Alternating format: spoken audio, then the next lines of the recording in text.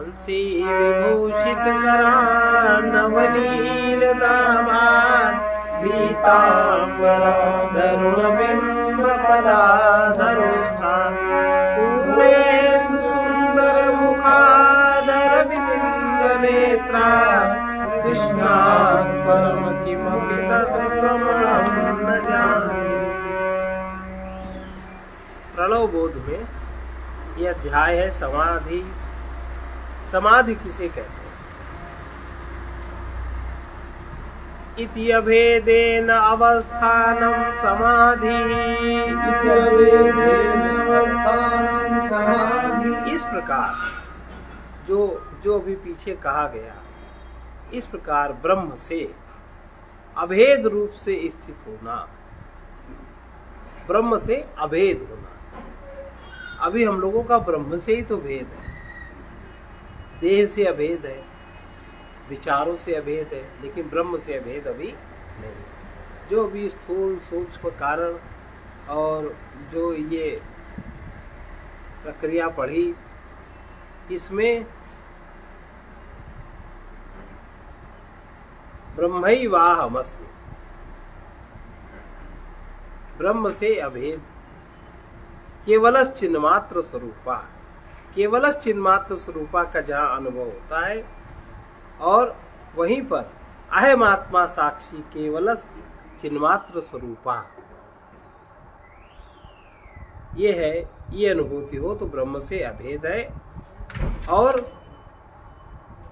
जो हम लोगों ने अध्यारोप और अपवाद पढ़ा, ये ब्रह्म से अभेद होने की प्रक्रिया है। अहम आत्मा साक्षी केवल चिन्मात्र स्वरूपा, ये अनुभव हो जाए तो ब्रह्म से अभेद हो जाता है। लेकिन इसके सबसे पहले इसमें आपको साक्षी होने का अभ्यास करना पड़ेगा। साक्षी ही आप हैं। साक्षी होने का मतलब है चौथे तल की जागृति। जैसे गहरी निद्रा में जाने का मतलब है, सुषुप्ति अवस्था में जाने का मतलब है कारण शरीर में जाना, स्वप्न अवस्था में जाने का मतलब है सूक्ष्म शरीर में जाना, स्थूल अवस्था में जाने का मतलब है स्थूल शरीर में आना।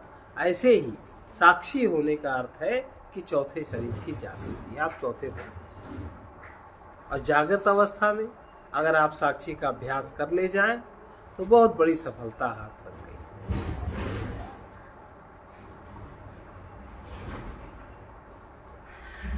साक्षी तो रहते ही हैं भाई, हर चीज साक्षी रहती। अभी यहाँ रखा है, इसको हटाएंगे, इसको साक्षी होंगे तब तो हटाएंगे, है ना। हाथ ने उठाया, हाथ में उठा के रख दिया, अब हमने इस बात को जाना कि हाथ की क्रिया कर रहा है, यही तो साक्षी है। अहम आत्मा साक्षी केवल चिन्मात्र स्वरूपा, जो अहम है, जो अहम में जो आत्मा है, वो आत्मा साक्षी है, केवल है, चैतन्य है और स्वरूप है हमारा। इति अभेदेन, इससे अभेद अनुभव करना, अवस्थानम समाधि। इति अभेदेन अवस्थानम समाधि। इसमें कौन मेहनत की बात है? लेकिन ये तभी होगा अगर विक्षेप हमारे मन में है। विक्षेप माने काम क्रोध लोभ मोह मद मत्सर पदार्थ जगत को लेकर के, तो नहीं सधेगा। सम संतुलन होना चाहिए, मन का चिपकाव नहीं होना चाहिए, कहीं मन में लोभ नहीं होना चाहिए, मन में काम नहीं होना चाहिए। उतना हो जितने से काम चलता है। पदार्थ को लेके इतना संग्रहित संगठन नहीं होना चाहिए। अगर यही, इसको विक्षेप कहते हैं और मल कहते हैं अज्ञान। सांसारिक पदार्थों को मल कहते हैं, जो संसार के पदार्थ हैं मल है। और इनमें जब हमारे मन से व्यतिरेक होता है, जब कुछ विच्छिन्न दशा उत्पन्न होती है, तो उसको विक्षेप कहते हैं। और फिर हमारी बुद्धि में आवरण पड़ जाता है, काहे का, काम का, क्रोध का, लोभ का, अज्ञान का, कि हमें पता ही नहीं कि हम क्या कर रहे हैं। अगर ये होगा तो नहीं सदा। इसके लिए पुण्यशाली बने, पुण्य करो, पुण्य बढ़ाओ, उसके द्वारा हल्का होगा मन, उसके द्वारा ये सारे दोष हटेंगे। उसके विपरीत अभ्यास करना। काम है तो निष्कामता का अभ्यास करना। कोई भी काम करते हैं, इसमें क्या मिलेगा ये छोड़ दीजिए, ये मत कहिए। हमें करना है, सामने आया है इसलिए करना है। अपनी कामना की पूर्ति ना हुई तो क्रोध ना करिए। मान लो कोई दूसरा अगर ऐसा करे तो जहां तक हो सके वहां तक बात को टालिए, क्षमा कर दीजिए। लोभ न करिए, व्यर्थ का मद न पालिए। मैं हूं मैं हूं मैं हूं, मैं क्या हूं। मत्सर, व्यर्थ की ईर्ष्या, ये सब विक्षेप है। ये जितने कम होंगे उतना ही अहम आत्मा साक्षी केवल केवल केवलस क्या है? अहम आत्मा साक्षी अहम ब्रह्मास्मि ब्रह्मैवाहमस्मि अहम आत्मा साक्षी केवलस चिन्मात्र स्वरूप। केवलस, केवल एक बार अगर इसका अनुभव हो जाए तो सारे जगत में, सारे शरीरों में उसी बात का अनुभव, सीधा उसी से संपर्क जुड़ जाता है। एक बार के लिए थोड़ी सी मेहनत, इसलिए पुण्यवान बनिए, इसलिए सेवा को अपनाइए, त्याग को अपनाइए, प्रेम को अपनाइए। सारे साधन इसीलिए हैं। इति अभेदेन, केवलस चिन्मात्र स्वरूपा से अभेद होना अहम आत्मा साक्षी अवस्थानम समाधि, इसे समाधि कहते हैं। इस प्रकार ब्रह्म से अभेद रूप स्थित होना ही समाधि है। समाधि अनेक प्रकार की होती है। विभिन्न संप्रदायों में उसका अपने मतानुसार रूप निर्धारित किया गया है। योगियों की योग समाधि, भक्तों की भाव समाधि, कर्म योगियों की कर्म समाधि है। इस प्रकार की समाधियां किसी अवस्था विशेष में कुछ काल में ही रहती। मन की एकाग्रता कुछ काल तक ही सीमित रहती है। ज्ञानियों की ज्ञान समाधि नित्य रहती है। ये जो हम लोग जो बात कर रहे हैं ये ज्ञान समाधि का मतलब है। इसमें अज्ञान किंचित मात्र नहीं रहता, कहीं इसका कोई विचित्र स्थिति नहीं बनती। एक समाधान हो जाता है बुद्धि में कि ऐसा नहीं ऐसा, एक स्थिति बन जाती है। ज्ञानियों की ज्ञान समाधि नित्य है। ज्ञानी अपनी हर दशा में समाधिस्थ ही रहता है। एक बार अगर ये समाधि आ गई तो फिर वो समाधि टूटती नहीं, क्योंकि वो सबसे अच्छी अनुभूति है, सबसे अच्छा उसमें प्रभाव है। तो क्यों उससे कोई हटेगा? उसके समाधि की विशेषता यही है कि वो अभेद भाव की स्थिति में निरंतर बना रहता है। उसको आत्मा से, ब्रह्म से उसको भेद उत्पन्न नहीं होता। सोते जागते, खाते पीते, चलते फिरते ज्ञानी अपने अंतरतम में सर्वत्र आत्म स्वरूप का ही विस्तार पाता है। सर्वत्र अपने वो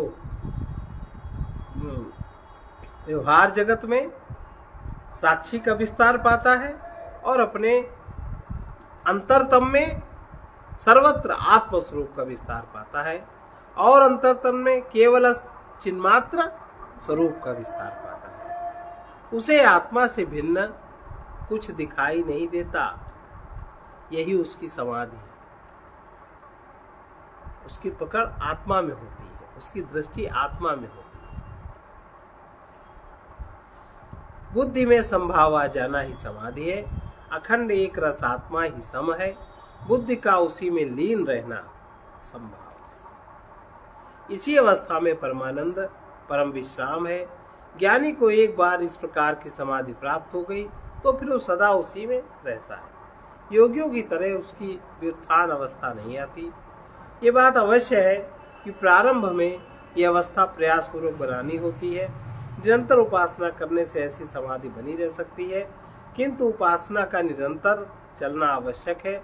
उपासना के फलस्वरूप वासना का क्षय होता है। उपासना क्यों की जाए? जिसमें वासना क्षय हो जाए। उपासना के फलस्वरूप वासना का क्षय होने पर सहज समाधि प्राप्त हो सकती है।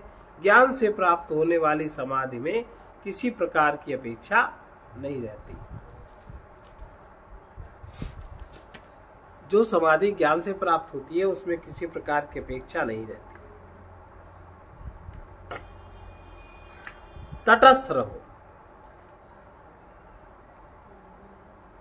तटस्थ होना, तटस्थ होते ही साक्षी होके आपको देखना आ जाता है। देखते रहो। भला बुरा, सुंदर असुंदर, जो भी है, इसमें कोई भी निर्णय नहीं करना। जो सामने आया वो गया। हमारे विचार सामने आ रहे हैं, जा रहे हैं, हम उसमें कुछ भी चयन न करें। चयन हम तब करेंगे जब हमारे में चाह होगी, और जब चाह नहीं है तो हम कहाँ कुछ चयन करते। केवल देखना है, जो है यह सब परमात्मा का है, और जो है हो रहा है सब स्वीकार करना है। नेगेटिविटी तो बिल्कुल लानी नहीं। समग्र स्वीकृति का अर्थ है फिर अहंकार की कोई शर्त नहीं रहती, कोई मांग नहीं रहती, बस वहीं पर केवल चिन्ह मात्र स्वरूपा की अनुभूति होती है। श्रुति प्रमाण है अयम आत्मा ब्रह्म, मांडूक्य उपनिषद का इत्यादि श्रुतिभ्या यह आत्मा ब्रह्म है इत्यादि अनेक वैदिक महावाक्यों से यह भेद ज्ञान प्रमाणित है। अयम आत्मा ब्रह्म, यह आत्मा ब्रह्म है, ये एक महावाक्य है। देखने में महावाक्य बहुत छोटे होते हुए भी महान सत्य का प्रतिपादन करते हैं। ऐसे वाक्यों को महावाक्य कहते हैं। वेदांत का सबसे महान सत्य यही है, आत्मा और परमात्मा एक अभिन्न तत्व है। आत्मा और परमात्मा अभिन्न है, ये दो नहीं है। इसी ब्रह्मात्मैक्य का प्रतिपादन करने वाले जो वेदांत के वाक्य हैं वो महावाक्य कहलाते हैं। ऐसे महावाक्य उपनिषदों में अनेक मिलते हैं, किंतु 4 वेदों से लिए गए 4 उपनिषदों में आने वाले एक एक महावाक्य को लेकर 4 महावाक्य मुख्य माने गए हैं। ऋग्वेद के अंतर्गत ऐतरेय उपनिषद का महावाक्य है प्रज्ञानम ब्रह्म। सामवेद अंतर्गत छांदोग्य उपनिषद का महावाक्य है तत्त्वमसि, और अथर्ववेद अंतर्गत मांडूक्य उपनिषद का महावाक्य है अयम आत्मा ब्रह्म। यहाँ आचार्य ने अयम आत्मा ब्रह्म महावाक्य को उद्धृत कर यह सूचित किया है कि यह प्रणव बोध नाम की पुस्तक मांडूक्य उपनिषद का सार है। इसकी सहायता से मांडूक्य उपनिषद में प्रवेश कर उसके तात्पर्य को समझा जा सकता है। यह उपनिषद बहुत ही छोटा है किंतु बड़ा गहन और गंभीर है। शंकराचार्य जी के दादा गुरु श्री गौड़पादाचार्य ने उस पर 4 अध्यायों में व्याख्या लिखी है और शंकराचार्य जी ने उस पर अपना भाष्य प्रस्तुत किया। इसी से इस उपनिषद की महिमा समझी जा सकती है। मांडूक्य उपनिषद में कहते हैं सर्वं हि तद् ब्रह्मा अयमात्मा ब्रह्मा सोऽयमात्मा चतुष्पाद। ये सब ब्रह्म ही है, ये आत्मा ब्रह्म है। वो ये आत्मा 4 चरणों वाला है। इस आत्मा के 4 चरण हैं। इस मंत्र में श्रुति निश्चित करती है कि यह संपूर्ण जगत ब्रह्म से भिन्न कुछ भी नहीं है। इसके 4 स्तर हैं। सब कुछ ब्रह्म ही है और ओंकार इसका नाम होने के कारण नामी से अभिन्न है। इस प्रकार ओंकार नाम, ब्रह्म नामी और आत्मा ये तीनों एक है। अयम आत्मा ब्रह्म, इस महावाक्य में अयम माने यह कहने से आत्मा का स्वप्रकाशत्व और अपरोक्षत्व सूचित किया गया है। अहंकार से देह पर्यंत प्रत्येक रूप से जो चेतना विद्यमान है वही आत्मा है। प्रत्येक माने जो आंतरिक रूप से चेतना विद्यमान है वही आत्मा। समस्त दृश्यमान जगत के तत्व का संबोधन ब्रह्म शब्द से किया गया है और वो ब्रह्म स्वयं प्रकाश आत्म स्वरूप है। तात्पर्य है कि यदि हम अपनी 4 अवस्थाओं में विद्यमान अपनी केवल चेतना की ओर ध्यान दें, 4 अवस्थाओं, तो वास्तव में हम अपने आत्मा को अपरोक्ष रूप में ही देखते हैं। वो तो अपना स्वरूप ही है, हमसे दूर होकर वो परोक्ष कैसे हो सकता है। इसके अतिरिक्त आत्मा स्वयं प्रकाश स्वरूप चिदघन होने के कारण कभी अज्ञात नहीं हो सकता। हम इसकी सत्ता नित्य विद्यमान पाते हैं, फिर भी अविद्या के प्रतिबंध के कारण हमें अपने आत्म स्वरूप स्पष्ट भाषित नहीं होता। अहंकार आदि की वृत्तियां इसके ज्ञान में प्रतिबंधक है। फिर भी अहंकार से देह पर्यंत सभी अनात्म प्रत्ययों के मूल में अंतर्निहित तत्व के रूप में आत्मा स्वयं प्रकाशित हो रहा है। यह आत्मा ही ब्रह्म है। ब्रह्म समस्त जगत का अधिष्ठान है। इंद्रिय गोचर जगत का निषेध करने पर जो निषेध की अवधि है वही नित्य तत्व ब्रह्म है। इंद्रिय गोचर जगत का निषेध, इंद्रियों से जो भी पकड़ में आता है ये हम नहीं है, इसको निषेध कर दिया। फिर जो बचा वही जो निषेध की अवधि है वही नित्य तत्व ब्रह्म है। जगत आदि अंत वाला और निस्तत्व है। जगत में आदि है, शुरुआत है और अंत है, और निस्तत्व है। इसमें कुछ तत्व नहीं है। सारे तत्व अपने अपने उससे अलग होकर अलग एक रूप बनता है, फिर बिगड़ता है, फिर बनता है, फिर बिगड़ता है। सारे तत्वों में यही क्रियाएं होती रहती हैं। जगत आदि अंत वाला और निस्तत्व है। इसके उत्पन्न होने के पूर्व जो अपनी सत्ता में विद्यमान नित्य तत्व था वही अब जगत का अधिष्ठान बनकर उसे सत्यता प्रदान कर रहा है। जगत में जो नित्य तत्व है, जगत में सत्यता वही प्रदान कर रहा है। अब आपके हमारे शरीरों में अगर आत्मा की चेतना न हो तो जगत में शरीर में कोई चेतना है, कोई सत्व है? नहीं है, बिल्कुल बेकार है। वही अब जगत का अधिष्ठान बनकर उसे सत्यता प्रदान कर रहा है। उसी को ब्रह्म कहते हैं। यह ब्रह्म तत्व और आत्मा एक ही वस्तु है। हम अपने हृदय के अंदर परमात्मा की खोज में जब आगे बढ़ते हैं तो सबसे पहले साक्षी का अनुभव होता है। उसमें अपना आत्म भाव भी होता है। इससे ज्ञात होता है कि साक्षी ही आत्मा है। आत्मा के लक्षणों पर ध्यान दें, उसका कोई रूपाकार उपलब्ध नहीं होता। यह सिद्ध करता है कि आत्मा सर्वव्यापी और अनंत है। यह आत्मा ही सर्वात्मा है। सर्वात्मा समस्त चेतन और जड़ सृष्टि का आत्मा है। उसी को परमात्मा कहते हैं। परमात्मा समस्त सृष्टि का अधिष्ठान और आदि कारण होने से ब्रह्म है।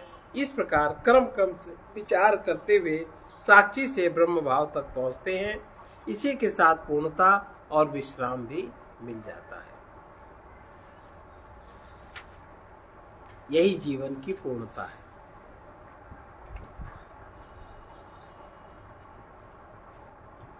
इसलिए साक्षी होने का अभ्यास करना चाहिए, और साक्षी होने के अभ्यास करने में ही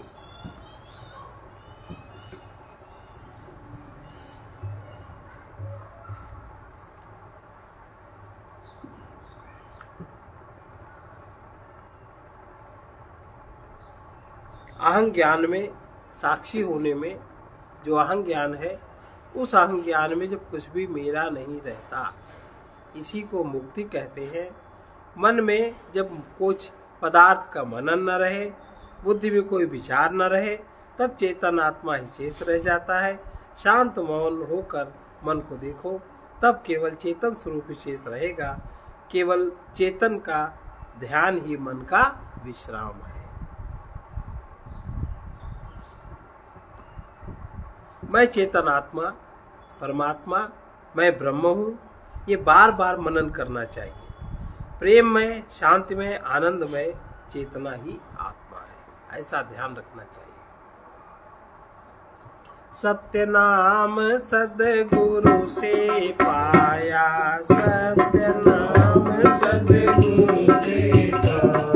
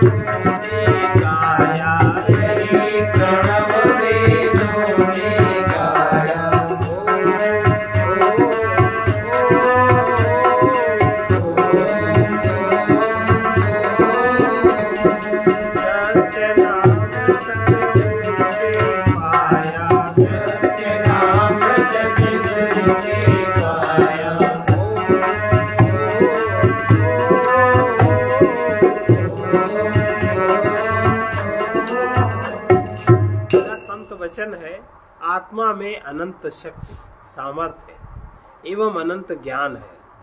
बुद्धि योग द्वारा इसकी जागृति होती है। परमात्मा के स्मरण करते रहने से, व्यर्थ चिंतन के त्याग से बुद्धि योग प्राप्त होता है। संसार में त्रिशक्ति जो त्रिपुटी है, जो त्रिगुण है, वो सब ओम में ही है। ओम का ध्यान करने वाला त्रिगुणमय जगत को पार कर शून्य में शांत रहकर परम तत्व का बोध प्राप्त करता है। लेकिन अधिकारी ही ओम का ध्यान कर सकते हैं। जो अधिकारी नहीं है वो इसका ध्यान नहीं कर सकते। अब अधिकारी कोई कैसे बनेगा, ये प्रक्रिया थोड़ी लंबी है। इसलिए कोई भी जानकार व्यक्ति ये ओम के ध्यान की सम्मति नहीं देते। इससे नुकसान भी बहुत होता है। सर्वे भवन्तु सुखिनः।